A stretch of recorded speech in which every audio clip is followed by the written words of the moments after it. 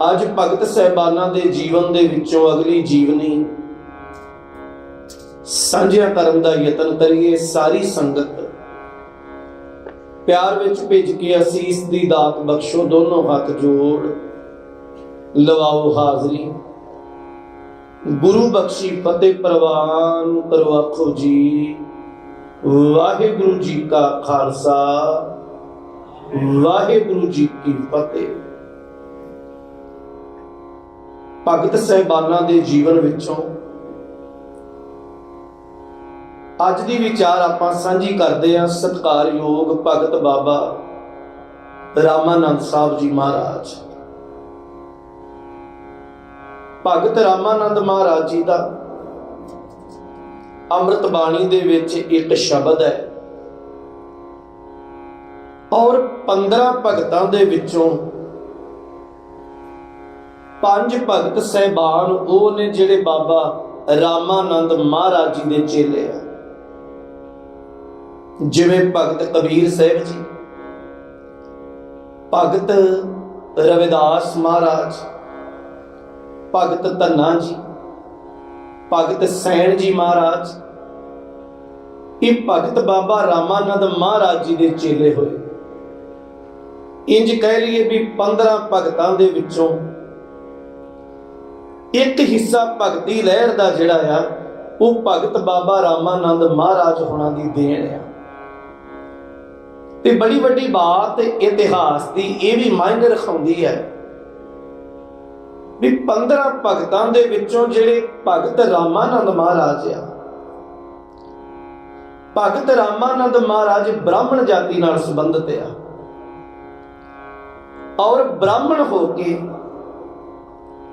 ਜਿਹੜੀਆਂ ਬ੍ਰਾਹਮਣ ਧਰਮ ਦੀਆਂ ਉਸ ਵੇਲੇ ਦੀਆਂ ਰਵਾਇਤਾਂ ਸਨ ਉਹਨਾਂ ਦੇ ਉੱਤੇ ਸੱਟ ਮਾਰਨੀ ਔਰ ਸੱਚ ਦੀ ਵਿਚਾਰ ਦੇਣੀ, ਇਹ ਭਗਤ ਰਾਮਾਨੰਦ ਮਹਾਰਾਜ ਜੀ ਦੇ ਹਿੱਸੇ ਆਇਆ। ਭਗਤ ਰਾਮਾਨੰਦ ਸਾਹਿਬ ਜੀ ਦਾ ਜਿਹੜਾ ਜਨਮ ਆ, ਵਿਦਵਾਨਾਂ ਦੀਆਂ ਵੱਖੋ ਵੱਖਰੀਆਂ ਤਰੀਕਾਂ ਮਿਲਦੀਆਂ, ਪਰ ਗੁਰ ਸ਼ਬਦ ਰਤਨਾਗਰ ਮਹਾਨ ਕੋਸ਼ ਦੇ ਵਿੱਚ ਭਾਈ ਸਾਹਿਬ ਭਾਈ ਕਾਹਨ ਸਿੰਘ ਨਾਭਾ ਹੋਰਾਂ ਦੀ ਜਿਹੜੀ ਲਿਖਤ ਆ ਉਹਦੇ ਵਿੱਚੋਂ 1366 ਈਸਵੀ ਦਾ ਭਗਤ ਰਾਮਾਨੰਦ ਮਹਾਰਾਜ ਜੀ ਦਾ ਜਨਮ ਮੰਨਦੇ ਆ। ਉੱਤਰ ਪ੍ਰਦੇਸ਼ ਦੇ ਇਲਾਕੇ ਦੇ ਵਿੱਚ ਇਲਾਹਾਬਾਦ ਜਿਹੜਾ ਪ੍ਰਯਾਗ ਰਾਜ ਆ ਉਹਦੇ ਵਿੱਚ ਭਗਤ ਬਾਬਾ ਰਾਮਾਨੰਦ ਸਾਹਿਬ ਜੀ ਹੋਰਾਂ ਦਾ ਪ੍ਰਕਾਸ਼ ਹੁੰਦਾ ਹੈ। ਗੌੜ ਜਾਤੀ ਜਾਂ ਗੌੜ ਗੋਤ ਆ ਬ੍ਰਾਹਮਣਾਂ ਦਾ। ਗੌੜ ਪਰਿਵਾਰਾਂ ਦੇ ਵਿੱਚ ਜਨਮ ਹੋਇਆ ਤੇ ਭਗਤ ਰਾਮਾਨੰਦ ਸਾਹਿਬ ਜੀ ਦੇ ਪਿਤਾ ਜੀ ਦਾ ਨਾਮ ਆ ਬਾਬਾ ਭੂਰ ਕਰਮਾ ਔਰ ਮਾਂ ਦਾ ਨਾਮ ਆ ਸਤਿਕਾਰਯੋਗ ਮਾਤਾ ਸੁਸ਼ੀਲ ਦੇਵੀ। ਇਹਨਾਂ ਦੇ ਘਰ ਵਿੱਚ ਭਗਤ ਬਾਬਾ ਰਾਮਾਨੰਦ ਸਾਹਿਬ ਦਾ ਪ੍ਰਕਾਸ਼ ਹੁੰਦਾ ਔਰ ਭਗਤ ਰਾਮਾਨੰਦ ਮਹਾਰਾਜ ਜੀ ਵੇਲੇ ਨਾ, ਵੈਸੇ ਚਲੋ ਇਤਿਹਾਸਕਾਰਾਂ ਦੀ ਆਪੋ ਆਪਣੀ ਰਵਾਇਤ ਹੈ, ਪਰ ਬਹੁਤੇ ਵਿਦਵਾਨ ਇਸ ਗੱਲ ਨੂੰ ਵੀ ਲਿਖਦੇ ਆ ਵੀ 526 ਦੇ ਕਰੀਬ ਧਰਮੀਆਂ ਦੁਨੀਆ ਦੇ ਵਿੱਚ ਔਰ ਉਹਨਾਂ ਧਰਮਾਂ ਦੇ ਵਿੱਚੋਂ ਇੱਕ ਧਰਮ ਆ ਜੀ ਰਾਮਾਨੁਜ। ਰਾਮਾਨੁਜ ਧਰਮ ਜਿਹੜਾ ਆ ਉਹਦੀ ਇੱਕ ਬੜੀ ਦੁਨੀਆ ਨਾਲੋਂ ਵੱਖਰੀ ਜਿਹੀ ਰੀਤ ਸੀ ਵੀ ਰਾਮਾਨੁਜ ਧਰਮ ਦੇ ਵਿੱਚ ਜਦੋਂ ਭੋਗ ਲਵਾਉਣ ਲਈ ਮੂਰਤੀ ਨੂੰ ਸਵੇਰੇ ਪ੍ਰਸ਼ਾਦਾ ਤਿਆਰ ਕਰਦੇ ਨਾ, ਪ੍ਰਸ਼ਾਦਾ ਇੱਕੋ ਹੀ ਜਣਾ ਤਿਆਰ ਕਰੇਗਾ, ਭਾਵੇਂ ਔਰਤ ਹੋਵੇ ਭਾਵੇਂ ਆਦਮੀ ਹੋਵੇ। ਸਿਰਫ ਇੱਕ ਜਿਹੜੇ ਨੇ ਪ੍ਰਸ਼ਾਦਾ ਤਿਆਰ ਕਰਨਾ ਤੇ ਬਕਾਇਦਾ ਉਹਨੂੰ ਪਰਦਿਆ ਲਾ ਕੇ ਪਰਦੇ ਦੇ ਅੰਦਰ ਪ੍ਰਸ਼ਾਦਾ ਤਿਆਰ ਹੋਣਾ। ਤੇ ਜੇ ਕਿਸੇ ਦੂਸਰੇ ਪਰਸਨ ਨੇ, ਦੂਸਰੇ ਬੰਦੇ ਨੇ, ਭਾਵੇਂ ਉਹਨਾਂ ਦੇ ਧਰਮ ਨਾਲ ਹੀ ਸੰਬੰਧਿਤ ਕਿਉਂ ਨਾ ਹੋਵੇ, ਜਦੋਂ ਕਿਸੇ ਦੂਜੇ ਨੇ ਪ੍ਰਸ਼ਾਦਾ ਵੇਖ ਲਿਆ ਉਹਨੂੰ ਕਹਿੰਦੇ ਸਨ ਵੀ ਇਹ ਪ੍ਰਸ਼ਾਦਾ ਹੁਣ ਪਿੱਟਿਆ ਗਿਆ ਆ, ਦੁਆਰਾ ਫਿਰ ਪ੍ਰਸ਼ਾਦਾ ਬਣੇਗਾ। ਭਾਵ ਧਰਮ ਦੀਆਂ ਬੜੀਆਂ ਕਰੜੀਆਂ ਉਹਨਾਂ ਦੇ ਵਿੱਚ ਰੀਤਾਂ ਐਸੀਆਂ ਸਨ ਔਰ ਇੱਕ ਜਣੇ ਨੇ ਪ੍ਰਸ਼ਾਦਾ ਤਿਆਰ ਕਰਕੇ ਮੂਰਤੀ ਨੂੰ ਭੋਗ ਲਵਾਉਣਾ फिर ਉਹਦੇ ਤੋਂ ਬਾਅਦ ਪ੍ਰਸ਼ਾਦਾ ਵੰਡਣ ਦੀ ਜਾਂ ਖਾਣ ਦੀ ਜਿਹੜੀ ਉਹ ਗੱਲਬਾਤ ਆਰੰਭ ਹੋਣੀ। ਇਹ ਇੱਕ ਧਰਮ ਚੱਲਿਆ ਜੀ ਰਾਮਾਨੁਜ। ਰਾਮਾਨੁਜ ਧਰਮ ਦੇ ਵਿੱਚ ਹੀ ਪੰਜਵੀਂ ਥਾਂ ਤੇ ਸੇਵਾ ਸੰਭਾਲਦੇ ਆ ਬਾਬਾ ਰਾਮਾਨੰਦ ਜੀ। ਯਾਦ ਰਹੇ, ਬਾਬਾ ਰਾਮਾਨੰਦ ਸਾਹਿਬ ਉਹਨਾਂ ਦਾ ਪਹਿਲਾ ਨਾਂ ਜਿਹੜਾ ਉਹ ਰਾਮਾ ਦੱਤ ਰੱਖਿਆ ਮਾਪਿਆਂ ਨੇ। ਅਸਲ ਦੇ ਵਿੱਚ ਰਾਮਾਨੁਜ ਧਰਮ ਦੇ ਵਿੱਚ ਇੱਕ ਬੜੇ ਮੰਨੇ ਪਰਮੰਨੇ ਸਾਧੂ ਹੋਏ ਜਿਨ੍ਹਾਂ ਦਾ ਨਾਂ ਆ ਰਾਘਵਾਨੰਦ। ਰਾਘਵਾਨੰਦ ਜਾਂ ਰਾਘਵਾਨੰਦ ਦੋਵੇਂ ਨਾਂ ਇਤਿਹਾਸ 'ਚ ਪ੍ਰਚਲਿਤ ਆ। ਰਾਘਵਾਨੰਦ ਨੂੰ ਗੁਰੂ ਧਾਰਨ ਕੀਤਾ ਤੇ ਬਾਬਾ ਰਾਮਾਨੰਦ ਸਾਹਿਬ ਹੋਣਾ ਨੇ ਰਾਮ ਦੱਤ ਜਿਹੜਾ ਨਾਂ ਛੱਡ ਕੇ ਰਾਘਵਾਨੰਦ ਦੇ ਕੋਲੋਂ ਨੰਦ ਲਫ਼ਜ਼ ਜਿਹੜਾ ਲੈ ਕੇ ਆਪਣਾ ਨਾਂ ਵੀ ਰਾਮਾਨੰਦ ਜਿਹੜਾ ਉਹਨਾਂ ਦਾ ਮਹਾਰਾਜ ਜੀ ਦਾ ਪ੍ਰਚਲਿਤ ਹੋ ਗਿਆ। ਔਰ ਅੱਜ ਵੀ ਉਹਨਾਂ ਦਾ ਧਰਮ ਜਿਹੜਾ ਜਾਂ ਕਹੀਏ ਗੱਦੀ ਜਿਹੜੀ ਚੱਲਦੀ ਆ ਬਾਬਾ ਜੀ ਦਾ, ਕਾਂਚੀ ਦੇ ਵਿੱਚ ਬਹੁਤ ਸੁੰਦਰ ਦਿਹਰਾ ਬਣਿਆ ਹੋਇਆ ਵੇਖਣ ਵਾਲਾ ਤੇ ਭਾਵਨਾ ਵਾਲੇ ਬਾਬਾ ਰਾਮਾਨੰਦ ਮਹਾਰਾਜ ਨੂੰ ਅੱਜ ਵੀ ਬੜੀ ਭਾਵਨਾ ਦੇ ਨਾਲ ਪੂਜਦੇ ਆ। ਔਰ ਭਾਗਾਂ ਜਿੰਨੇ ਉਹਨਾਂ ਦੇ ਮੰਨਣ ਵਾਲੇ ਉਹਨਾਂ ਨੂੰ ਜਾਂ ਕਹੀਏ ਉਹਨਾਂ ਦਾ ਮਤ ਚਲਾਉਣ ਵਾਲੇ ਆ, ਉਹਨਾਂ ਸਾਰਿਆਂ ਦੇ ਨਾਂ ਦੇ ਨਾਲ ਪਿੱਛੇ ਅੱਜ ਵੀ ਆਨੰਦ ਲਫ਼ਜ਼ ਜੁੜਦਾ ਹੈ।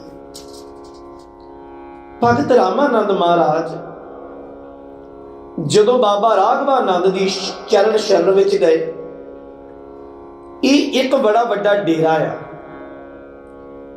ਔਰ ਡੇਰੇ ਦੇ ਵਿੱਚ ਕੁਝ ਗੱਲਾਂ ਜਿਹੜੀਆਂ ਪ੍ਰਚਲਿਤ ਸਨ। ਸਭ ਤੋਂ ਵੱਡੀ ਗੱਲ ਇਹ ਸੀ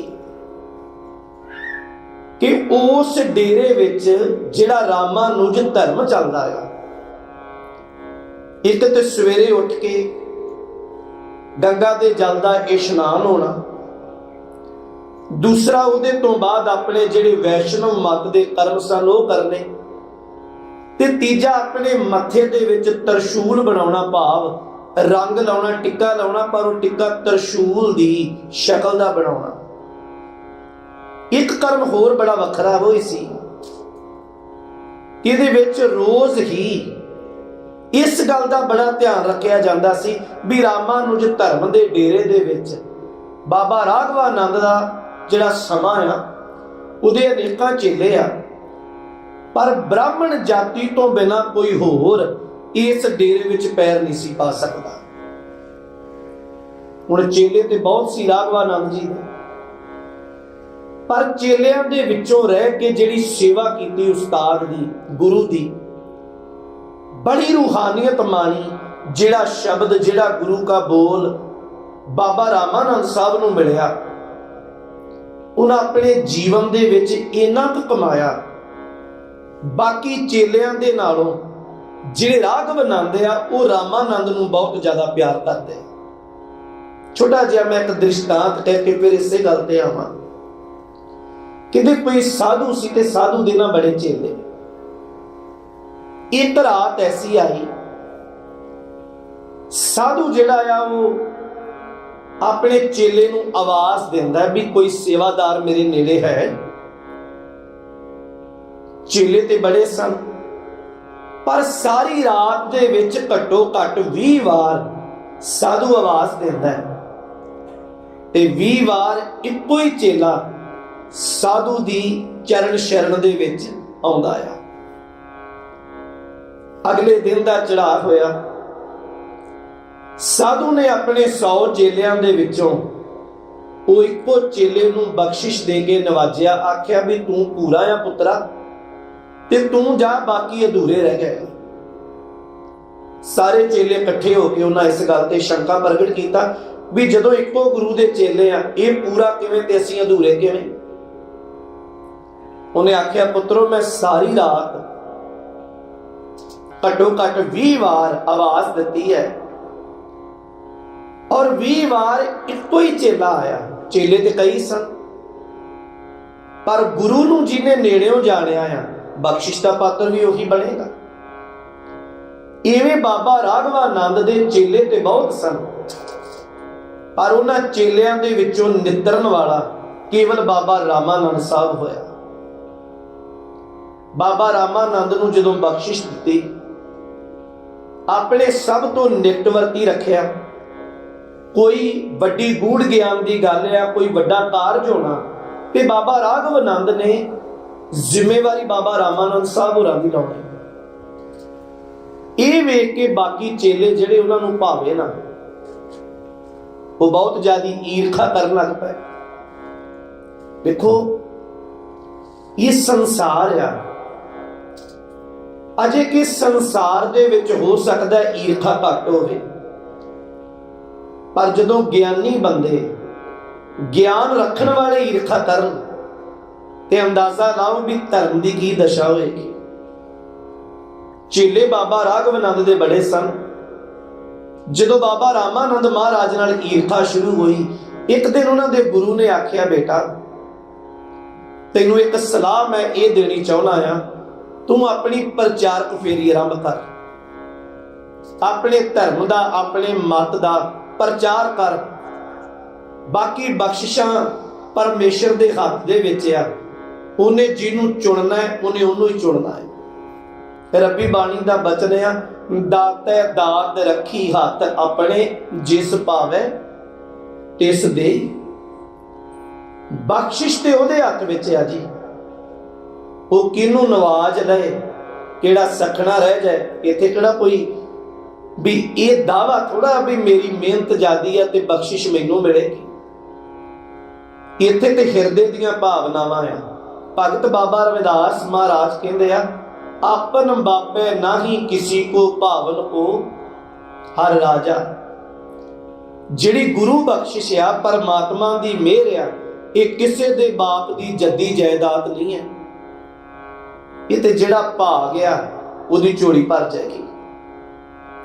ਡੇਰੇ ਦੇ ਵਿੱਚ ਜਦੋਂ ਈਰਖਾ ਬਹੁਤ ਜ਼ਿਆਦਾ ਹੋਈ, ਨਫ਼ਰਤ ਦੇ ਸ਼ਿਕਾਰ ਹੋਣਾ ਪਿਆ ਬਾਬਾ ਰਾਮਾਨੰਦ ਸਾਹਿਬ ਨੂੰ, ਤੇ ਗੁਰੂ ਉਸਤਾਦ ਬਾਬਾ ਰਾਘਵ ਆਨੰਦ ਇੱਕੋ ਗੱਲ ਕਹਿੰਦੇ ਆ, ਰਾਘਵ ਆਨੰਦ ਜੀ ਵੀ ਇੰਜ ਕਰ ਰਾਮਾਨੰਦ, ਤੂੰ ਇੱਥੇ ਡੇਰੇ ਵਿੱਚ ਨਾ ਰਹੇ, ਆਪਣੇ ਮਤ ਦਾ, ਧਰਮ ਦਾ ਪ੍ਰਚਾਰ ਕਰ, ਸਮਾਂ ਆਏਗਾ ਬਾਕੀ ਗੱਲਾਂ ਫਿਰ ਕਰਾਂਗੇ।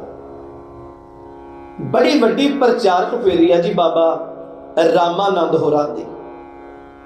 ਯੂਪੀ ਦੇ ਇਲਾਕੇ ਦੇ ਵਿੱਚ ਉਹਨਾਂ ਕੱਲੇ ਸ਼ਹਿਰ ਦੇ ਵਿੱਚ ਆਪਣੇ ਧਰਮ ਦਾ, ਸੱਚ ਦਾ ਪ੍ਰਚਾਰ ਕੀਤਾ। ਔਰ ਇਤਿਹਾਸ ਦੀਆਂ ਗੱਲਾਂ ਬੜੀਆਂ ਇਤਿਹਾਸ ਚੋਂ ਇਹ ਮਿਲਦੀਆਂ ਆ।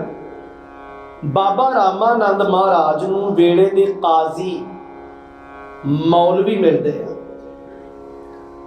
ਕਾਜ਼ੀ ਮੌਲਵੀ ਜਦੋਂ ਧਰਮ ਦੀਆਂ ਗੱਲਾਂ ਕਰਦੇ ਆ, ਕਿਉਂਕਿ ਦੁਨੀਆ ਵਿੱਚ ਵੰਡੀਆਂ ਹੀ ਇੱਥੇ ਆ ਕੇ ਪਈਆਂ ਜਦੋਂ ਇਨਸਾਨੀਅਤ ਨੂੰ ਵੰਡਿਆ ਗਿਆ। ਵੇਖੋ, ਸ਼ਹਿਰ ਇੱਕੋ ਹੀ ਹੁੰਦਾ, ਰਾਹ ਉਹਨੂੰ ਜਿੰਨੇ ਮਰਜ਼ੀ ਜਾਂਦੇ ਹੋਣ, ਮੰਜ਼ਿਲ ਇੱਕੋ ਹੋਵੇ ਨਾ, ਰਾਹ ਤੇ ਕੋਈ ਵੀ ਹੋ ਸਕਦਾ।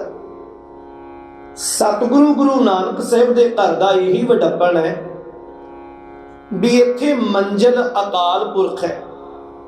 ਰਾਹ ਜੇ ਬਾਬੇ ਫਰੀਦ ਵਾਲਾ ਵੇਖਿਆ ਤੇ ਮਹਾਰਾਜ ਕਹਿੰਦੇ ਉਹ ਵੀ ਠੀਕ ਹੈ। ਰਾਹ ਜੇ ਭਗਤ ਧੰਨਾ ਜੀ ਮਹਾਰਾਜ ਦਾ ਵੇਖਿਆ, ਸਾਹਿਬ ਕਹਿੰਦੇ ਉਹ ਵੀ ਠੀਕ ਹੈ। ਪਰ ਮੰਜ਼ਿਲ ਤੇ ਸਾਰਿਆਂ ਦੀ ਇੱਕੋ ਹੀ ਹੈ ਨਾ। ਬਾਬਾ ਰਾਮਾਨੰਦ ਮਹਾਰਾਜ ਕਦੇ ਕਾਜ਼ੀ ਮੌਲਵੀਆਂ ਨੂੰ ਮਿਲਦੇ ਆ ਤੇ ਕਾਜ਼ੀ ਮੌਲਵੀ ਇੱਕੋ ਹੀ ਗੱਲ ਕਹਿੰਦੇ ਆ ਕਿ ਜਿਹੜੀ ਆਵਾਜ਼ ਤੂੰ ਦੁਨੀਆ ਤੇ ਲਾ ਰਿਹਾ ਰਾਮਾਨੰਦ, ਇਹ ਆਵਾਜ਼ ਜਿਹੜੀ ਹੈ ਅਸੀਂ ਇਹਦੇ ਨਾਲ ਸਹਿਮਤ ਨਹੀਂ ਆ। ਸਾਰੀ ਦੁਨੀਆ ਇੱਕੋ ਕਿਵੇਂ ਹੋ ਸਕਦੀ ਹੈ? ਬਾਬਾ ਰਾਮਾਨੰਦ ਮਹਾਰਾਜ ਇੱਕੋ ਗੱਲ ਆਖਦੇ ਸਨ। ਉਹ ਕਹਿੰਦੇ ਸੀ ਵੀ ਜਿਹੜੀ ਅੰਦਰ ਜੋਤ ਵਸਦੀ ਆ ਬੰਦੇ ਦੇ, ਇਹਨਾਂ ਤੇ ਹਰ ਧਰਮ ਮੰਨਦਾ ਹੈ। ਧਰਮ ਕੋਈ ਵੀ, ਇਹ ਗੱਲ ਹਰ ਧਰਮ ਮੰਨਦਾ ਹੈ ਵੀ ਹਰ ਬੰਦੇ ਦੇ ਅੰਦਰ ਰੱਬ ਦੀ ਜੋਤ ਆ। ਮਹਾਰਾਜ ਕਹਿੰਦੇ ਬਸ ਇਹ ਦੱਸੋ ਵੀ ਉਸ ਜੋਤ ਦਾ ਧਰਮ ਕਿਹੜਾ ਹੈ? ਜਿਹੜੀ ਜੋਤ ਵਸਦੀ ਆ, ਉਹ ਜੋਤ ਦਾ ਧਰਮ ਦੱਸੋ ਵੀ ਉਹ ਜੋਤ ਇਸਲਾਮ ਨਾਲ ਜੁੜੀ ਹੈ, ਉਹ ਜੋਤ ਜਿਹੜੀ ਹਿੰਦੂਇਜ਼ਮ ਨਾਲ ਜੁੜੀ ਹੈ, ਉਹ ਜੋਤ ਕਿਤੇ ਬੁੱਧ ਮਤ ਨਾਲ ਜੁੜੀ ਹੈ। ਜਦੋਂ ਕਾਜ਼ੀ ਮੌਲਵੀਆਂ ਨੂੰ ਜਵਾਬ ਨਹੀਂ ਆਉਂਦਾ ਤੇ ਬਾਬਾ ਰਾਮਾਨੰਦ ਸਾਹਿਬ ਦੇ ਪ੍ਰਚਾਰੇ ਹੋਏ ਸੱਚ ਦੀ ਜਿੱਤ ਹੁੰਦੀ ਹੈ। ਭਗਤ ਰਾਮਾਨੰਦ ਮਹਾਰਾਜ ਨੂੰ ਕਦੇ ਮੌਲਵੀ ਕਾਜ਼ੀ ਮਿਲੇ, ਇਤਿਹਾਸ ਕਹਿੰਦਾ ਆ ਬੜੀ ਵੱਡੀ ਵਿਚਾਰ ਚਰਚਾ ਭਗਤ ਰਾਮਾਨੰਦ ਮਹਾਰਾਜ ਜੀ ਦੀ ਉਸ ਵੇਲੇ ਬੁੱਧ ਮਤ ਬੜੇ ਜ਼ੋਰਾਂ ਤੇ ਆ। ਬੋਧੀ ਭਿਕਸ਼ੂ ਇੱਕ ਥਾਂ ਤੇ ਵਿਚਾਰ ਕਰਦੇ ਆ, ਭਗਤ ਰਾਮਾਨੰਦ ਜੀ ਨੂੰ ਕਹਿੰਦੇ ਆ ਕਿ ਜੇ ਪਰਮਾਤਮਾ ਨੂੰ ਪਾਉਣਾ ਹੈ ਨਾ ਤੇ ਜੀਵਨ ਵਿੱਚੋਂ ਗੁਲਾਮੀ ਦਾ ਜੂੜਾ ਲਾਉਣਾ ਪਏਗਾ, ਤਿਆਗ ਬੜਾ ਜ਼ਰੂਰੀ ਹੈ। ਮਹਾਰਾਜ ਕਹਿੰਦੇ ਨੇ ਬਿਲਕੁਲ, ਤਿਆਗ ਤੋਂ ਬਿਨਾਂ ਤੇ ਅਨੁਰਾਗ ਆ ਹੀ ਨਹੀਂ ਸਕਦਾ। ਪਰ ਤੁਸੀਂ ਤਿਆਗ ਕਹਿੰਦੇ ਕਿਹਨੂੰ ਹੋ? ਬੋਧੀ ਭਿਕਸ਼ੂ ਕਹਿਣ ਲੱਗੇ ਵੀ ਸਾਡੇ ਲਈ ਸਭ ਤੋਂ ਵੱਡਾ ਤਿਆਗ ਆ ਪਰਿਵਾਰ ਨੂੰ ਛੱਡਣਾ। ਪਰਿਵਾਰ ਨੂੰ ਛੱਡ ਕੇ ਜਿਹੜੇ ਧੰਦੇ ਆ, ਧੰਦਿਆਂ ਨੂੰ ਤਿਆਗਣਾ। ਧੰਦੇ ਤਿਆਗੋ, ਪਰਿਵਾਰ ਤਿਆਗੋ। ਜਦੋਂ ਪਰਿਵਾਰ ਤਿਆਗੋਗੇ ਤੇ ਮੋਹ ਦੇ ਜੰਜਾਲ ਮੁੱਕਣਗੇ। ਧੰਦੇ ਤਿਆਗੋਗੇ ਤੇ ਮਾਇਆ ਦਾ ਤਿਆਗ ਜਿਹੜਾ ਉਹ ਜੀਵਨ ਦੇ ਵਿੱਚੋਂ ਪਾਸੇ ਹੋਏਗਾ। ਤੀਜਾ ਤਿਆਗ ਉਹ ਕਹਿੰਦੇ ਆ ਤਨ ਦਾ ਉੱਤੇ ਤਿਆਗ ਕਰੋ। ਤਨ ਦੇ ਉੱਤੇ ਵਸਤਰ ਸਿਰਫ ਓਨਾ ਹੀ ਪਹਿਨੋ ਜਿੰਨੀ ਲੋੜ ਆ, ਇਹ ਤਿਆਗ ਰੱਖੋ। ਚੌਥਾ ਤਿਆਗ ਜ਼ਬਾਨ ਦਾ। ਬੰਦਾ ਜ਼ੁਬਾਨ ਦਾ ਗੁਲਾਮ ਨਾ ਹੋਵੇ। ਵੱਧ ਤੋਂ ਵੱਧ ਸਵਾਦਲੇ ਭੋਜਨ ਖਾਏਗਾ, ਜ਼ੁਬਾਨ ਦਾ ਗੁਲਾਮ ਹੋਏਗਾ, ਉਹ ਰੱਬ ਦੇ ਨੇੜੇ ਤੇ ਹੋ ਹੀ ਨਹੀਂ ਸਕਦਾ। ਬਾਬਾ ਰਾਮਾਨੰਦ ਮਹਾਰਾਜ ਜਵਾਬ ਬੜਾ ਪਿਆਰਾ ਦਿੰਦੇ ਆ। ਪਾਤਸ਼ਾਹ ਕਹਿੰਦੇ ਆ ਜੀਵਨ ਦੀ ਲੋੜ ਵਾਸਤੇ ਖਾਣਾ ਤੇ ਬੜਾ ਜ਼ਰੂਰੀ ਹੈ। ਸੰਸਾਰ ਦੀ ਉਤਪਤੀ ਵਾਸਤੇ ਗ੍ਰਸਤ ਮਾਰਗ ਬੜਾ ਜ਼ਰੂਰੀ ਹੈ। ਜੇ ਕੋਈ ਗ੍ਰਸਤੀ ਨਾ ਹੋਵੇ, ਜੇ ਪਰਮਾਤਮਾ ਨੇ ਗ੍ਰਸਤ ਨੂੰ ਇੰਨਾ ਮਾੜਾ ਰੱਖਣਾ ਸੀ, ਉਹਨੇ ਸੰਸਾਰ ਦੀ ਉਤਪਤੀ ਕਿਉਂ ਰੱਖੀ? ਜਿੰਨੇ ਦੁਨੀਆ ਦੇ ਵੱਡੇ ਵੱਡੇ ਪੈਗੰਬਰ ਆ, ਅਵਤਾਰੀ ਪੁਰਸ਼ ਆ, ਬੜੇ ਗ੍ਰਸਤੀ ਹੋਏ। ਬੋਧ ਮਤ ਨੂੰ ਮਹਾਰਾਜ ਕਹਿੰਦੇ ਮੈਂ ਤੁਹਾਡੇ ਨਾਲ ਸਹਿਮਤ ਨਹੀਂ। ਅਖੀਰੀ ਗੱਲ ਇਸ ਗੱਲ ਤੇ ਆ ਕੇ ਰੁਕ ਗਈ ਵੀ ਅਸੀਂ ਭਿਕਸ਼ੂ ਆ, ਜ਼ੁਬਾਨ ਦੇ ਗੁਲਾਮ ਨਹੀਂ, ਦਰ ਦਰ ਤੋਂ ਭਿੱਖਿਆ ਮੰਗ ਕੇ ਖਾਂਦੇ ਆ। ਮਹਾਰਾਜ ਇੱਕ ਗੱਲ ਬੜੀ ਪਿਆਰੀ ਕਹਿੰਦੇ ਬੋਧੀ ਭਿਕਸ਼ੂ ਨੂੰ, ਕਹਿੰਦੇ ਆ ਇਹਨਾਂ ਦੱਸੋ ਤੁਹਾਡੇ ਮਤ ਮੁਤਾਬਕ ਜੇ ਸਾਰੇ ਭਿਕਸ਼ੂ ਹੀ ਹੋ ਜਾਣ, ਸਾਰੇ ਭਿੱਖਿਆ ਮੰਗਣ ਵਾਲੇ ਹੋ ਜਾਣੇ, ਦੱਸੋ ਵੀ ਭਿੱਖਿਆ ਦਏਗਾ ਕੌਣ? ਗ੍ਰਸਤੀ ਬੰਦੇ ਹੀ ਭਿੱਖਿਆ ਦੇ ਰਹੇ ਆ ਨਾ। ਤੁਸੀਂ ਤੇ ਫਿਰ ਵੀ ਗੁਲਾਮ ਹੋ ਗਏ, ਆਜ਼ਾਦ ਤੇ ਹੋਏ ਨਹੀਂ। ਪ੍ਰਸ਼ਾਦਾ ਤੇ ਛਕਿਆ ਹੀ ਜਾ ਰਿਹਾ ਨਾ, ਭਾਵੇਂ ਮੰਗ ਕੇ ਹੋਵੇ, ਪ੍ਰਸ਼ਾਦਾ ਤੇ ਪ੍ਰਸ਼ਾਦਾ ਹੀ ਹੈ। ਐਸਾ ਤਾਂ ਹੈ ਨਹੀਂ ਵੀ ਇਸ ਘਰ ਦੇ ਵਿੱਚੋਂ ਮੰਗੋਗੇ ਤੇ ਇਧਰਲੇ ਪਾਸੇ ਰਸ ਨਹੀਂ ਹੈ, ਜ਼ੁਬਾਨ ਦੇ ਗੁਲਾਮ ਨਹੀਂ ਹੈ ਤੇ ਤੁਸੀਂ ਨਾ ਹੋਵੋਗੇ, ਏਦਾਂ ਤਾਂ ਹੈ ਨਹੀਂ। ਮਹਾਰਾਜ ਕਹਿੰਦੇ ਸਰੀਰ ਦੇ ਤਿਆਗ ਕੀਤਿਆਂ ਪਰਮਾਤਮਾ ਦੇ ਘਰ ਦੀ ਪ੍ਰਾਪਤੀ ਨਹੀਂ ਹੁੰਦੀ। ਜੇ ਪਰਮਾਤਮਾ ਦੇ ਘਰ ਨਾਲ ਜੁੜਨਾ ਹੈ ਤੇ ਜੀਵਨ ਦੀ ਵਿਚਾਰਧਾਰਾ ਨੂੰ ਸੱਚ ਦੇ ਨਾਲ ਜੋੜਨਾ ਪਏਗਾ। ਤੀਜੀ ਵਿਚਾਰ ਚਰਚਾ ਮਹਾਰਾਜ ਜੀ ਦੀ ਵੱਡੇ ਪੱਧਰ ਤੇ ਬਾਬਾ ਰਾਮਾਨੰਦ ਸਾਹਿਬ ਦੀ ਹੁੰਦੀ ਆ ਆਪਣੇ ਧਰਮ ਦੇ ਬ੍ਰਾਹਮਣ ਲੋਕਾਂ ਦੇ ਨਾਲ। ਮੈਂ ਫਿਰ ਬੇਨਤੀ ਕਰਦੇ ਆ, ਇਹ ਉਹ ਭਗਤ ਆ ਜਿਨ੍ਹਾਂ ਨੇ ਆਪਣੇ ਧਰਮ ਦੀਆਂ ਜਿਹੜੀਆਂ ਰਹੁ ਰੀਤੀਆਂ ਸਨ, ਮਹਾਰਾਜ ਨੇ ਉਹਨਾਂ ਨੂੰ ਵੀ ਪਾਸੇ ਕਰਕੇ ਰੱਖ ਦਿੱਤਾ। ਸਭ ਤੋਂ ਵੱਡੀ ਪ੍ਰਚਾਰ ਦੀ ਜਿਹੜੀ ਸੇਵਾ ਮਹਾਰਾਜ ਦੋ ਪੱਖ ਸਭ ਤੋਂ ਵੱਧ ਪ੍ਰਚਾਰੇ, ਇੱਕ ਜਾਤ ਪਾਤ ਦਾ ਭੇਦਭਾਵ ਤੇ ਦੂਜਾ ਮੂਰਤੀ ਪੂਜਾ ਦਾ ਖੰਡਨ। ਹੁਣ ਜਦੋਂ ਬ੍ਰਾਹਮਣ ਇਹ ਗੱਲ ਕਹਿੰਦੇ ਆ ਨਾ ਵੀ ਸਿਰਫ ਬ੍ਰਾਹਮਣ ਹੀ ਉੱਚਾ ਆ, ਬ੍ਰਾਹਮਣ ਹੀ ਸੁੱਚਾ ਆ, ਭਗਤ ਰਾਮਾਨੰਦ ਮਹਾਰਾਜ ਕਹਿੰਦੇ ਨੇ ਕੋਈ ਸਿਧਾਂਤ, ਕੋਈ ਦਲੀਲ ਤੇ ਦਿਓ। ਕਹਿਣ ਲੱਗੇ ਬ੍ਰਾਹਮਣ ਦੇ ਘਰ ਪੈਦਾ ਹੋਏ ਤੇ ਉੱਚੇ ਆ, ਸੁੱਚੇ ਆ। ਮਹਾਰਾਜ ਕਹਿੰਦੇ ਨੇ ਬਸ ਇਸ ਗੱਲ ਦਾ ਜਵਾਬ ਦਿਓ, ਆਮ ਬੰਦੇ ਦੇ ਵਿੱਚ ਤੇ ਤੁਹਾਡੇ ਵਿੱਚ ਕਿੰਨਾ ਕੁ ਫਰਕ ਆ? ਕਿਹੜੀ ਚੀਜ਼ ਦਾ ਫਰਕ ਆ? ਬੰਦਾ ਉੱਚਾ ਤੇ ਸੁੱਚਾ ਬੰਦਗੀ ਤੇ ਵਿਚਾਰਾਂ ਨਾਲ ਹੁੰਦਾ ਹੈ। ਘਰਾਂ ਦੇ ਵਿੱਚ ਜਨਮ ਲੈਣ ਨਾਲ ਕਦੇ ਕੌਣ ਉੱਚਾ ਹੋਇਆ ਜੀ? ਕੋਈ ਬੰਦਾ ਝੂਠਾ ਹੋਵੇ, ਫਰੇਬੀ ਹੋਵੇ, ਧੋਖੇਬਾਜ਼ ਹੋਵੇ, ਮੰਦ ਕਰਮਾਂ ਵਾਲਾ ਹੋਵੇ, ਪਰ ਬ੍ਰਾਹਮਣ ਦੇ ਘਰ 'ਚ ਜਨਮ ਹੋਣ ਦੇ ਨਾਲ ਉਹ ਉੱਚਾ ਕਿਵੇਂ ਹੋ ਜਾਏਗਾ? ਬੰਦਾ ਤੇ ਆਪਣੇ ਕਰਮ ਤੋਂ ਪਹਿਚਾਣਿਆ ਜਾਂਦਾ, ਜਾਤ ਤੋਂ ਕਦੇ ਨਹੀਂ। ਬਾਬਾ ਜੀ ਦਾ ਇੱਕ ਸ਼ਬਦ ਆ 1195 ਅੰਗ ਉੱਤੇ ਸ਼ਸ਼ੋਭਤ ਹੈ, ਨਾਲ ਆਪਾਂ ਸ਼ਬਦ ਕਹੀਏ। ਬਾਬਾ ਰਾਮਾਨੰਦ ਸਾਹਿਬ ਕਹਿੰਦੇ ਆ, ਕੱਤ ਜਾਈਏ ਰੇ ਘਰ ਲਾਗੋ ਰੰਗ। ਇਤਿਹਾਸ ਨੇ ਇਹਨੂੰ ਇੰਜ ਲਿਖਿਆ ਆ ਵੀ ਬਾਬਾ ਰਾਮਾਨੰਦ ਸਾਹਿਬ ਜਦੋਂ ਪ੍ਰਚਾਰਕ ਫੇਰੀ ਲਾ ਕੇ ਨਾ ਦੁਬਾਰਾ ਫਿਰ ਇਲਾਹਾਬਾਦ ਗਏ, ਜਿਸ ਡੇਰੇ ਦੇ ਵਿੱਚੋਂ ਤੁਰੇ ਸਨ, ਆਪਣੇ ਗੁਰੂ ਰਾਘਵਾਨੰਦ ਨੂੰ ਮਿਲੇ, ਸਿਜਦਾ ਕੀਤਾ, ਬੈਠੇ ਕੁਝ ਘੜੀਆਂ। ਬਾਬਾ ਰਾਘਵਾਨੰਦ ਕੋਈ ਸਵਾਲ ਕਰਦੇ ਆਪਣੇ ਚੇਲੇ ਨੂੰ, ਤੇ ਬਾਬਾ ਰਾਮਾਨੰਦ ਮਹਾਰਾਜ ਇੰਨੇ ਕੁ ਰੱਦੇ ਹੋਏ ਸਨ ਪਰਮਾਤਮਾ ਦੀ ਯਾਦ ਵਿੱਚ, ਜਦੋਂ ਕੋਈ ਗੱਲ ਚੱਲੇ ਨਾ ਉਹ ਕਹਿਣ ਵੀ ਅਕਾਲ ਪੁਰਖ ਦੀ ਬੜੀ ਕਿਰਪਾ ਆ। ਇਹ ਤਾਂ ਅਕਾਲ ਪੁਰਖ ਦੀ ਬਖਸ਼ਿਸ਼ ਦੇ ਨਾਲ ਬੜਾ ਕੁਝ ਮਿਲਿਆ। ਬਾਕੀ ਚੇਲੇ ਕਹਿਣ ਲੱਗੇ ਵੀ ਕਮਾਲ ਹੋ ਗਈ, ਬਾਬਾ ਰਾਘਵਾਨੰਦ ਜੀ ਸਿੱਖਿਆ ਤੁਹਾਡੇ ਕੋਲੋਂ ਹੈ, ਦੀਖਿਆ ਤੁਹਾਥੋਂ ਲਈ, ਇਹ ਕਿਹੜੇ ਇੱਕ ਅਕਾਲ ਪੁਰਖ ਦੀ ਗੱਲ ਕਰਨ ਲੱਗ ਪਿਆ? ਰਾਘਵਾਨੰਦ ਮਹਾਰਾਜ ਜਿਹੜੇ ਗੁਰੂ ਸਨ, ਉਹ ਸਿਰ ਤੇ ਹੱਥ ਰੱਖ ਕੇ ਕਹਿੰਦੇ ਆ, ਰਾਮਾਨੰਦ ਜੀ ਹੁਣ ਤੁਸੀਂ ਮੇਰੇ ਤੋਂ ਅੱਗੇ ਲੰਘ ਗਏ ਹੋ, ਮੇਰੀ ਵੀ ਕੋਈ ਸੀਮਾ ਆ, ਮੈਂ ਕਿਤੇ ਨਾ ਕਿਤੇ ਰੁਕ ਗਿਆ ਆ, ਪਰ ਤੁਸੀਂ ਹੁਣ ਇੱਥੇ ਆਉਣ ਦੀ ਲੋੜ ਨਹੀਂ ਹੈ। ਤੁਹਾਡੇ ਵਿੱਚ ਤੇ ਉਸ ਪਰਮਾਤਮਾ ਦੇ ਵਿੱਚ ਕੋਈ ਭੇਦ ਨਹੀਂ ਰਹਿ ਗਿਆ। ਉਧਰ ਮਹਾਰਾਜ ਇਹ ਬਚਨ ਉਚਾਰਦੇ ਤੁਰਕੀ ਬਾਣੀ ਦਾ ਕਮਾਲ ਦਾ ਬਚਨ ਆ, ਕਹਿੰਦੇ ਕੱਤ ਜਾਈਏ ਰੇ ਘਰ ਲਾਗੋ ਰੰਗ। ਰੱਬ ਨੂੰ ਕਿਤੇ ਲੱਭਣ ਜਾਣ ਦੀ ਲੋੜ ਨਹੀਂ ਹੈ, ਕਿਉਂਕਿ ਉਹਨਾਂ ਵੇਲਿਆਂ 'ਚ ਤੀਰਥਾਂ ਦੇ ਇਸ਼ਨਾਨਾਂ ਦਾ ਬੜਾ ਭਰਮ ਸੀ ਲੋਕਾਂ ਦੇ ਵਿੱਚ, ਵੀ 68 ਤੀਰਥਾਂ ਦਾ ਜਿਹੜਾ ਇਸ਼ਨਾਨ ਆ, ਜੇ ਬੰਦਾ 68 ਤੀਰਥਾਂ ਦਾ ਇਸ਼ਨਾਨ ਕਰ ਲੇ ਤੇ ਰੱਬ ਮਿਲ ਜਾਂਦਾ ਹੈ। ਹਾਲਾਂਕਿ ਲੋਕਾਂ 'ਚ ਇਹੀ ਪ੍ਰਚਾਰ ਰਿਹਾ ਆ ਵੀ ਸਰੀਰ ਨੂੰ ਹੀ ਸੁਧਾਰੋ, ਵਿਚਾਰਾਂ ਬਦਲਣ ਬਾਰੇ ਤਾਂ ਦੱਸਦਾ ਹੀ ਕੋਈ ਨਾ। ਬਲਕਿ ਬਾਣੀ ਕਹਿੰਦੀ ਹੈ, ਕਹੋ ਕਬੀਰ ਤੇਈ ਨਰ ਸੂਚੇ ਸਾਚੀ ਪਰ ਵਿਚਾਰਾ। ਸੂਚੇ ਇਹ ਨਾ ਆਖੀਆਂ ਬਹਿਣ ਜੋ ਪਿੰਡਾਂ ਧੋਏ, ਸੂਚੇ ਸੇਈ ਨਾਨਕਾ ਜਿਨ ਮਨ ਵਸਿਆ।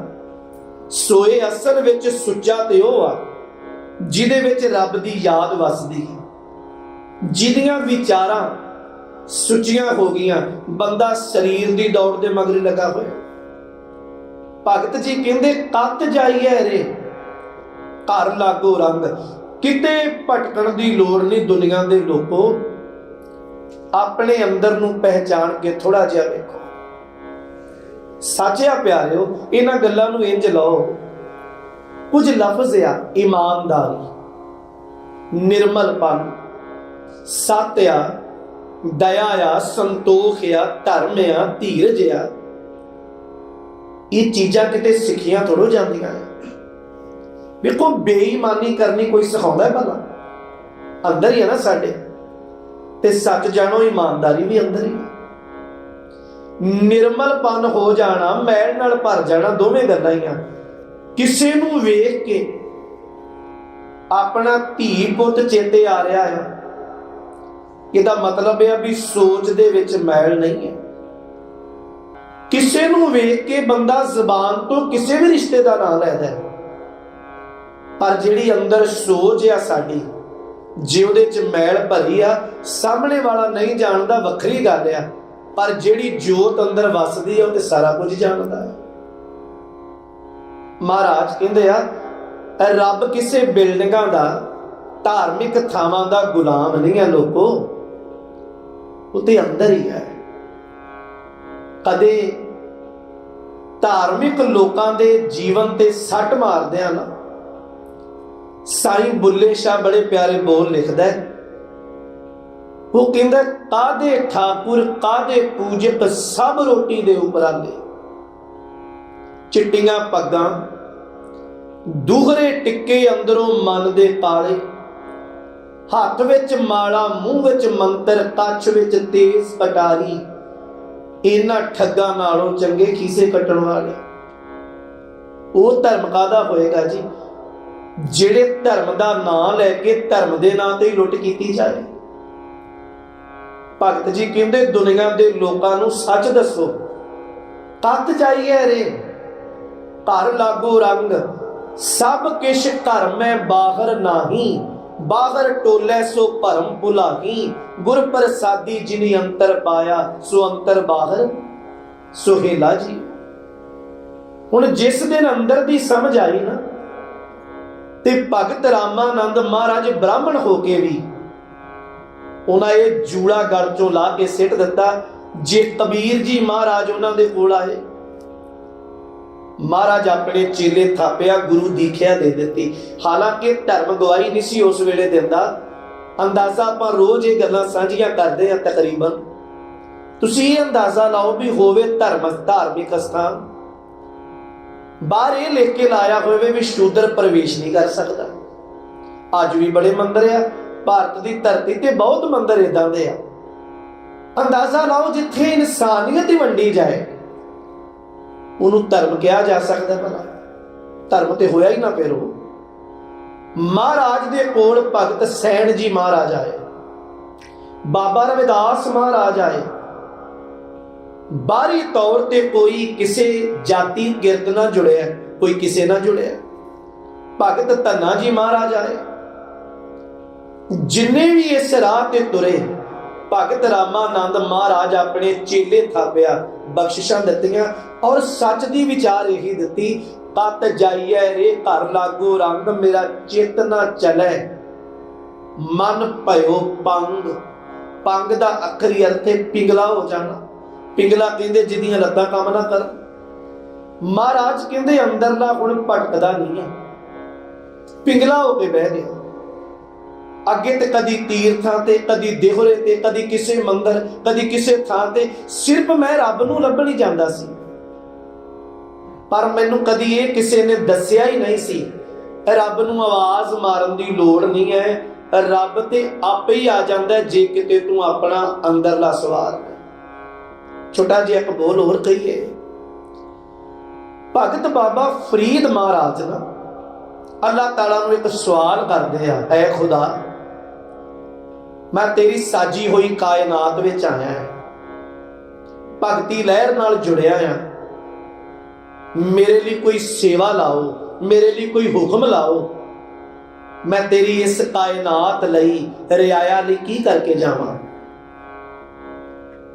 ਅੱਗੋਂ ਅੱਲਾਹ ਤਾਲਾ ਨੇ ਇੱਕ ਬੋਲ ਕਹੇ, ਕਹਿਣ ਲੱਗੇ ਫਰੀਦ, ਕਿਸੇ ਲਈ ਕੁਝ ਕਰਨ ਦੀ ਲੋੜ ਨਹੀਂ ਹੈ। ਜੇ ਤੂੰ ਕੁਝ ਕਰਨਾ ਚਾਹੁੰਦਾ ਤੇ ਆਪਣੇ ਲਈ ਕਰ। ਮਹਾਰਾਜ ਆਪਣੇ ਲਈ ਕੀ? ਖੁਦਾ ਨੇ ਬੋਲ ਕਹੇ, ਆਪ ਸਵਾਰੇ ਮੈਂ ਮਿਲੇ। ਫਰੀਦ ਤੂੰ ਆਪਣੇ ਆਪ ਨੂੰ ਸਵਾਰ, ਤੈਨੂੰ ਖੁਦਾ ਮਿਲੇਗਾ। ਆਪ ਸਵਾਰੇ ਮੈਂ ਮਿਲੇ, ਮੈਂ ਮਿਲਿਆ ਸੁਖ ਹੋਏ। ਫਰੀਦਾ ਜੇ ਤੂੰ ਮੇਰਾ ਹੋਏ ਰਹੇ, ਸਭ ਜਗ ਤੇਰਾ ਹੋਏ। ਤਤ ਜਾਈਏ ਰੇ ਘਰ ਲਾਗੋ ਰੰਗ, ਮੇਰਾ ਚਿੱਤ ਨਾ ਚਲੇ ਮਨ ਭਇਓ ਪੰਗ। ਹੁਣ ਮਹਾਰਾਜ ਧਰਮ ਦੀ ਗੱਲ, ਜਿਹੜੀ ਧਰਮ ਦੇ ਨਾਂ ਤੇ ਲੋਕਾਂ ਦੇ ਵਿੱਚ ਭੇਖ ਸੀ, ਭਰਮ ਸੀ, ਠੱਗੀ ਸੀ, ਉਹਦਾ ਜ਼ਿਕਰ ਕਰਦੇ ਆ। ਹਜ਼ੂਰ ਕਹਿੰਦੇ ਨੇ, ਏਕ ਦਿਵਸ ਮਨ ਭਈ ਉਮੰਗ। ਜਿੱਦਾਂ ਦਾ ਮੈਨੂੰ ਲੋਕਾਂ ਨੇ ਸਿਖਾਇਆ, ਇੱਕ ਦਿਨ ਮੇਰੇ ਮਨ ਵਿੱਚ ਉਮੰਗ ਪੈਦਾ ਹੋਈ। ਆਦਿ ਘਾਸ ਚੰਦਨ ਚੋਆ ਬਹੁਤ ਸੁਗੰਧ। ਮੈਂ ਥੋੜਾ ਜਿਹਾ ਸਾਜੋ ਸਮਾਨ ਇਕੱਠਾ ਕਰ ਲਿਆ। ਘਾਸ ਚੰਦਨ, ਉਹ ਛੋਟਾ ਜਿਹਾ ਪੱਥਰ ਜਿਹਦੇ ਤੇ ਚੰਦਨ ਘਸਾਇਆ ਜਾਂਦਾ।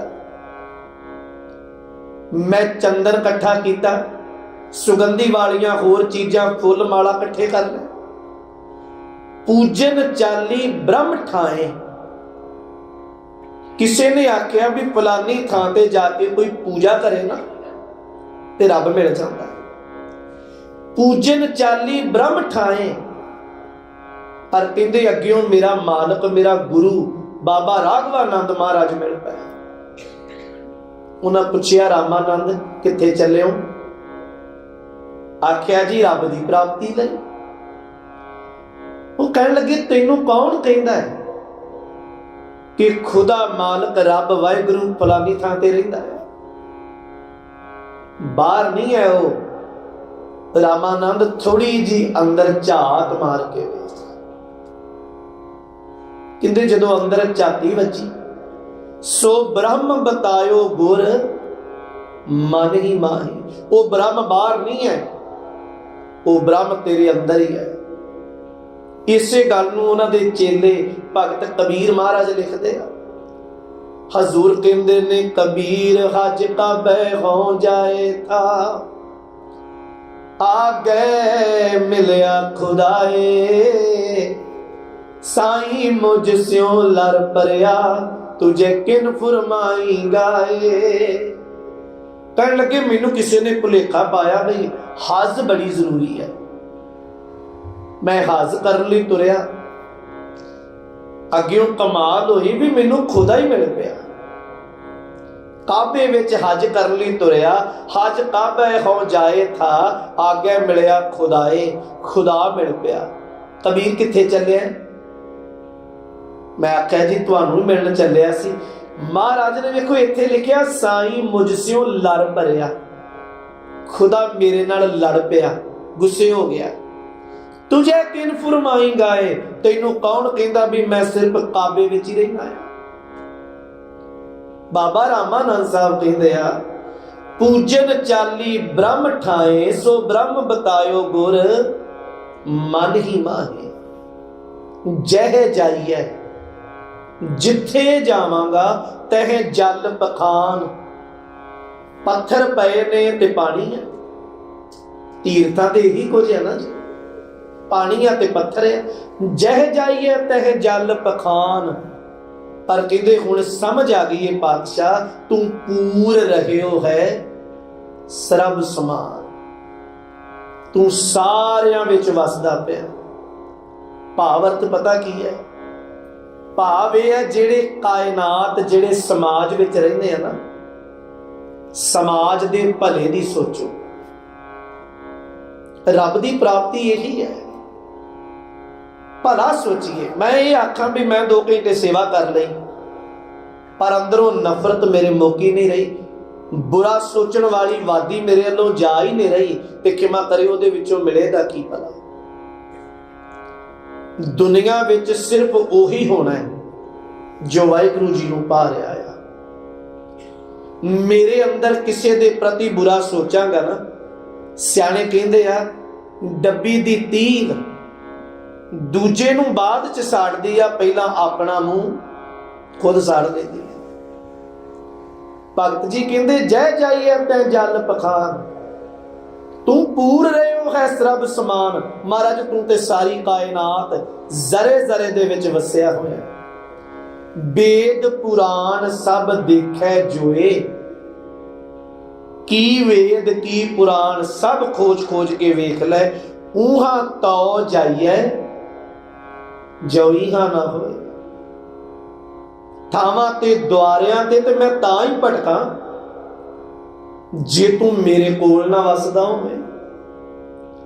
बस गल इन्नी है कि बुलिया रब तेरे तो वख नहीं, तेरी वेखण वाली अख नहीं। जिस दिन वेखना आया प्यारिओ बाबा नानक सतगुरु सच्चे पातशाह रब रूप दाता, उत्ते कोड़ियां नूं भी गल ना ला लेंदा। फिर अज तक असीं वेखिया भी किसी ने कोड़ियां दा भला कीता होवे? कोई भूमिए चोर नूं अपना पुत कह के नवाज लए ते सच दे राह ते तोर दे।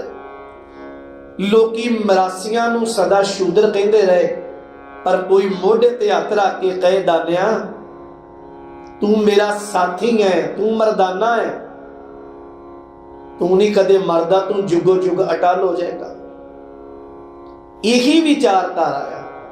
भगत जी कहते ऊहा तो जाइए जो इहा ना होए, सतगुर मैं बलिहारी तोर।